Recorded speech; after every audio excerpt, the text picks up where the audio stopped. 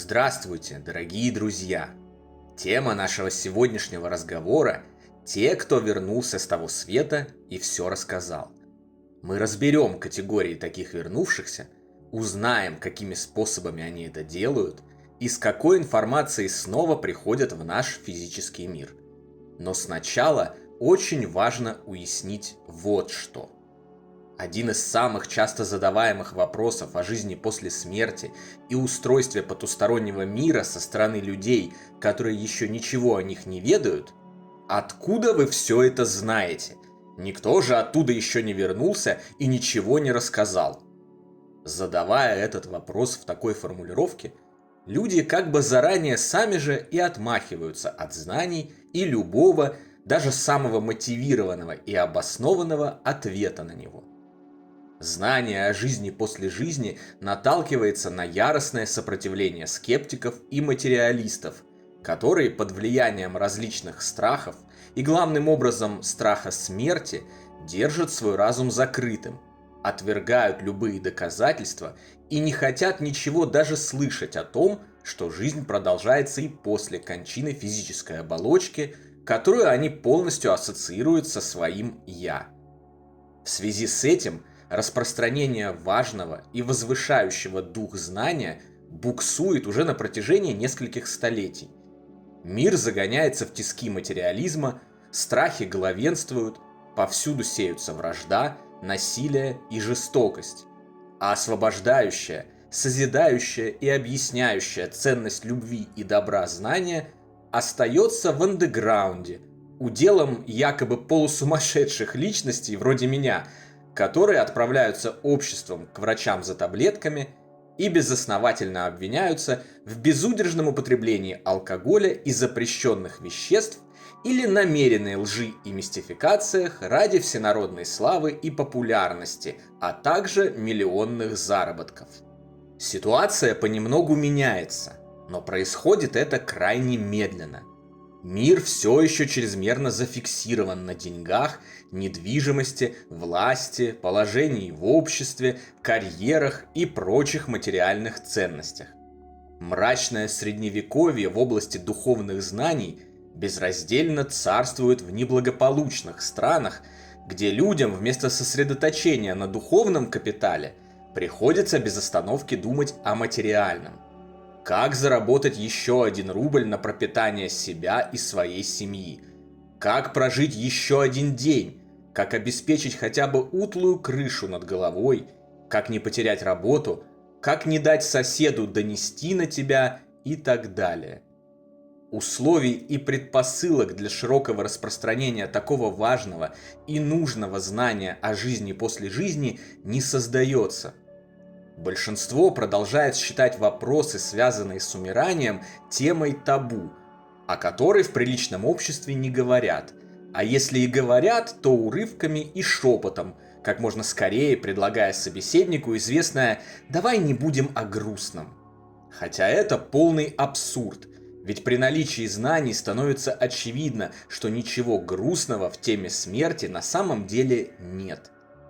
В результате близкие к земле духовные сферы переполнены сбитыми с толку духами умерших, которые при жизни ничего не изучали о процессе, называемом смертью, не осознают сути произошедшей с ними перемены и не понимают, куда им двигаться дальше. Они страдают, мучаются, не находят выхода, вынуждены день ото дня повторять привычные для их земной жизни ритуалы и действия.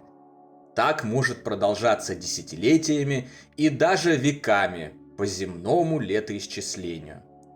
Вот почему крайне важно озаботиться вопросами о смерти, находясь еще в самом расцвете сил, а не откладывать это на потом, когда, оказавшись на смертном одре, или, как это чаще всего бывает, умерев внезапно от руки какого-нибудь бандита, будет уже не до сбора полезной информации и учебы, а риск оказаться в не самых приятных местах, по крайней мере поначалу, составит почти 100%.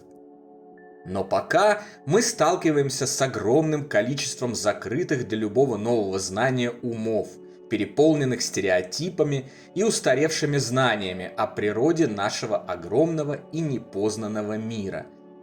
Люди оперируют избитыми фразами, давным-давно опровергнутыми заблуждениями и откровенной ложью про полное отсутствие какой-либо жизни за пределами материального мира, до жутких, но до невозможного глупых страшилок про то, что любая информация об этом придумывается и поставляется исключительно бесами и демонами. Даже удивительно, что шутки из древнего фильма «Иван Васильевич меняет профессию» про демонов актуальны до сих пор. Воистину, дремучесть и мракобесие в человеке могут быть чрезвычайно живучими, хуже любого вируса. Как уже было сказано, одним из главных доводов любого скептика или человека, не желающего вести дискуссию о жизни после жизни, а наоборот, вместо этого желающего, чтобы никто вокруг об этом не говорил, является до мозга костей стереотипное выражение: «Откуда вы знаете, что есть жизнь после смерти? Оттуда еще никто не вернулся и ничего не рассказал». Хотя на самом деле многократно и вернулись, и рассказали, и показали, и даже словно астронавты с Луны принесли с собой частички того света.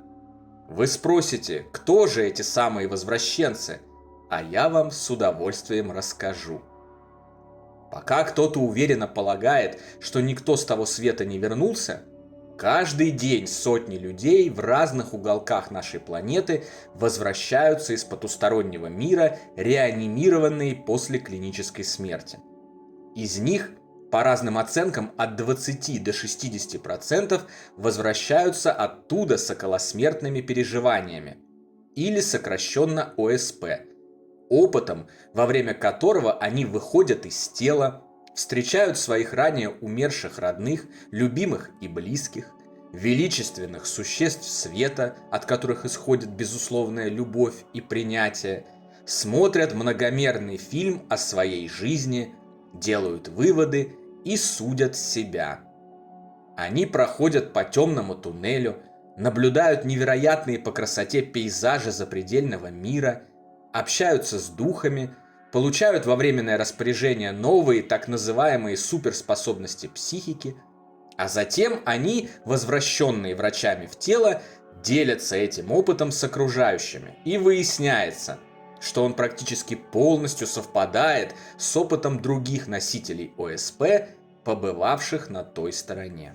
Каждый день на Землю с той стороны возвращаются некогда жившие здесь и оперировавшие в плотных телах духи, и через медиумов и экстрасенсов, не являющихся мошенниками и шарлатанами, а такие, безусловно, есть, хоть и немного, сообщают ученым, исследователям и простым людям о своем пребывании в потустороннем мире, его устройстве, действующих там законах и принципах. Их сведения в целом совпадают с теми, что получены в ходе исследований ОСП и всеми остальными более-менее достоверными свидетельствами. Каждый день из внетелесных путешествий возвращаются те, кто обучился этой невероятной способности расширять свое сознание, используя различные практики. Йоги, экстрасенсы, обычные граждане, такие же, как мы с вами. Они сообщают о том, что видели во время странствий по так называемому астралу и другим потусторонним областям. Сведения, полученные таким путем, также показывают потрясающие совпадения с информацией из ОСП и посмертных коммуникаций. Для понимания, что такое внетелесные путешествия и какие невероятные перспективы они с собой несут для всего человечества, я рекомендую прочитать трилогию американского инженера и бизнесмена Роберта Монро о его внетелесных путешествиях и сведениях, почерпнутых им на протяжении более 30 лет исследования тонкого мира. Иногда оттуда возвращаются целыми группами и кооперируются с еще живущими людьми с целью передать всем знания о духовном мире. В конце 90-х годов прошлого века в английском городке Скоулс группой ученых и исследователей была проведена серия экспериментов, включавших в себя связь с загробным миром и ставившая целью получение вещественных доказательств, фотографий, звукозаписей и видеосъемок. Как бы это ни казалось удивительным с позиции отсутствия знаний, все это было получено. Живущие работали с целой группой развоплощенных духов, включавшей в себя ученых, философов, йога, обычную женщину и других представителей загробного мира. Были обеспечены все возможные меры для создания чистоты экспериментов. В изобилии получены подтверждения и доказательства отсутствия мошенничества и шарлатанства. А обобщенная в ходе экспериментов информация снова обнаружила почти полное совпадение с тем, что уже было известно из других областей изучения того света. Эту серию опытов назвали «Скоулский эксперимент». О нем Грандом и Джейн Соломон написана целая книга, в которой представлены все полученные доказательства существования духовного мира и жизни после жизни. Хотите замены домыслов и вечно витающих в воздухе вопросов, не дающих выстроить стройную картину мироздания, на знания? Прочитайте эту книгу и пройдитесь по остальному перечню качественной литературы по теме жизни после жизни, предложенной нами в ссылках раздела о канале и наших книгах, и это обязательно произойдет. Помимо этих возвращенцев с того света, порою к нам возвращаются наши родные и любимые, желая утешить нас, погасить наше горе, печаль, страдания и скорбь, а также рассказать нам о том, что с ними все в порядке, и они ждут неизбежного воссоединения с нами, когда придет наш час покидать планету Земля. На протяжении тысячелетий многие люди сталкиваются с такими возвращениями. Видят своих родных усопших в виде призраков, слышат их в форме голоса в голове, получают послания и знаки с той стороны. С последним явлением я столкнулся на личном примере, многократно зафиксировал его документально и в подробностях рассказал об этом в нашей книге «Жизнь после жизни есть я знаю», «Путешествие скептиков, потусторонний мир» и нескольких видео на этом канале. И еще обязательно продолжу рассказывать в дальнейшем. Как видите, возвращенцев с того света достаточно много.